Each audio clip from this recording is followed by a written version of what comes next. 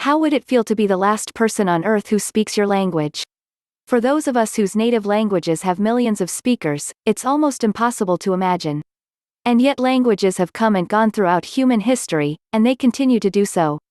Linguists estimate that of the world's approximately 6,900 languages, more than half are at risk of dying out by the end of the 21st century. Sometimes languages die out quickly. This can happen when small communities of speakers are wiped out by disasters or war. In El Salvador, for example, speakers of the indigenous Lenca and Cacaopera abandoned their languages to avoid being identified as Indians after a massacre in 1932 in which Salvadoran troops killed tens of thousands of mostly indigenous peasants in order to suppress an uprising.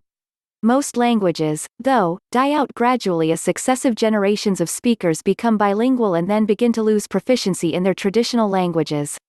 This often happens when speakers seek to learn a more prestigious language in order to gain social and economic advantages or to avoid discrimination. The gradual disappearance of Coptic as a spoken language in Egypt following the rise of Arabic in the 7th century is one example of this type of transition. Modernity and globalization have strengthened these forces, and peoples around the world now face unprecedented pressure to adopt the common languages used in government, commerce, technology, entertainment, and diplomacy. Is there an afterlife for languages? In many cases, yes.